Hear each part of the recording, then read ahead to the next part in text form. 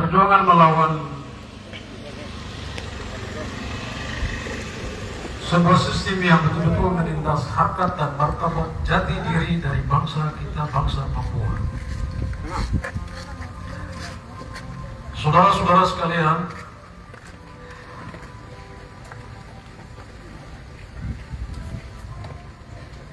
ketika kita bilang rasisme,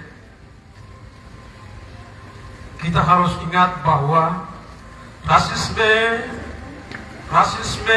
adalah penyakit. Rasisme adalah virus.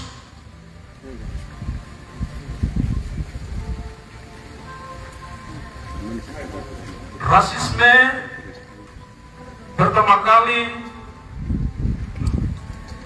ditularkan oleh orang-orang yang merasa diri superior,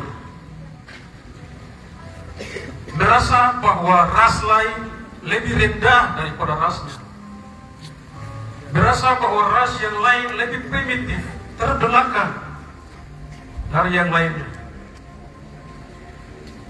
Dan ingat rakyat Papua, kawan-kawan mahasiswa yang hadir hari ini, karena rasisme itu adalah virus, rasisme itu adalah sakit, bahkan pasiennya sangat susah untuk mendeteksi sakit yang disebut dengan rasisme.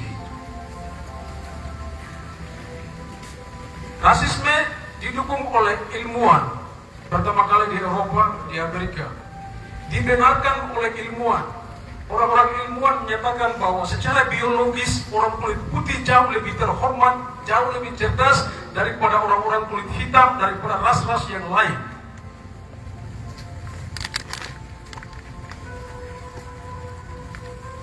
Penelitian ilmiah itulah yang menjadi pembenaran bagi kolonialisme, menjadi pembenaran bagi imperialisme untuk menguasai benua Afrika, untuk menguasai Asia, untuk menguasai Pasifik. Karena secara genealogi, secara biologi, mereka merasa bahwa mereka adalah orang-orang yang lebih cerdas daripada ras yang lain. Sehingga muncullah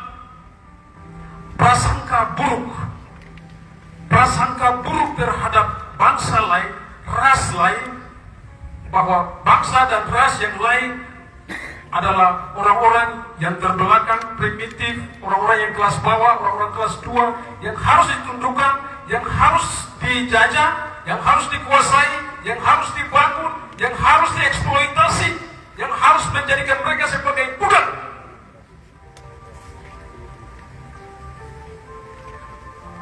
Kembali lagi, karena rasisme itu adalah sebuah virus, dia penyakit. Kolonialisme membawa rasisme itu sampai pada wilayah Pasifik, Asia dan Pasifik. Masuk di dalam budaya cara berpikir orang-orang Asia, orang-orang Indonesia, orang-orang Nusantara. Anda bayangkan 350 tahun lebih budaya rasis itu betul-betul tertanam di dalam beberapa generasi dan yang panjang di dalam generasi orang-orang Asia maupun Pasifik akibat dari kolonialisme. Dan karena dia virus, rasisme itu dari pelaku ditularkan kepada korban. Korban itu adalah orang-orang yang terjajah. Ketika Indonesia merdeka, Indonesia berhasil mengusir kolonialisme keluar, tetapi dia tidak berhasil mengeluarkan rasisme yang ditanamkan oleh budaya Eropa terhadap orang-orang Nusantara. Karena dia virus tadi. Karena dia virus, dia menjadi budaya orang-orang Indonesia. Menjadi inlander, orang-orang yang terjajah merasa bahwa mereka adalah orang-orang yang rendah harkat dan martabatnya.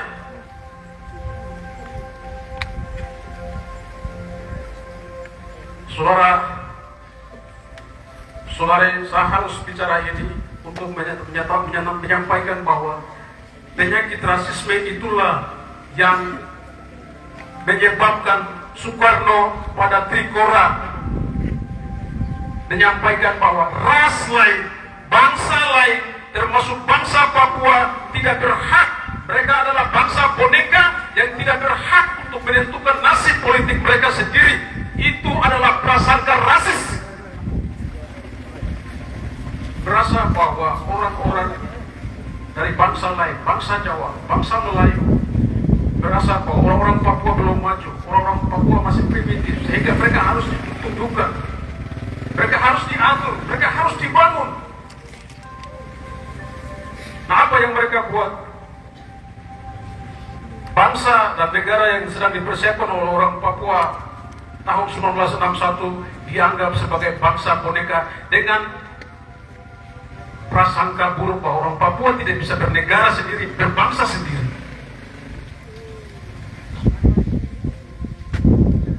Kawan-kawan mahasiswa harus belajar ini. Rakyat Papua, kita harus belajar bahwa pencaplokan wilayah ini, aneksasi wilayah ini didasari dengan prasangka rasis. 1962 New York Agreement, 1967 kesepakatan antara Indonesia dan Amerika Serikat dalam kontrak karya Freeport. PPRA 69 tidak melibatkan satupun orang Papua karena dianggap bahwa orang Papua adalah orang yang primitif, orang Papua tidak berhak untuk menentukan nasib politiknya sendiri, orang Papua perlu diatur, sehingga semua perjanjian diatur berdasarkan kesepakatan sepihak antara orang-orang yang merasa diri superior, antara Amerika Serikat, Belanda dan Indonesia, tanpa memperhitungkan rakyat Papua sebagai selaku pemilik sah bangsa dan tanah air ini untuk menentukan nasib politiknya sendiri. Itu adalah rasis.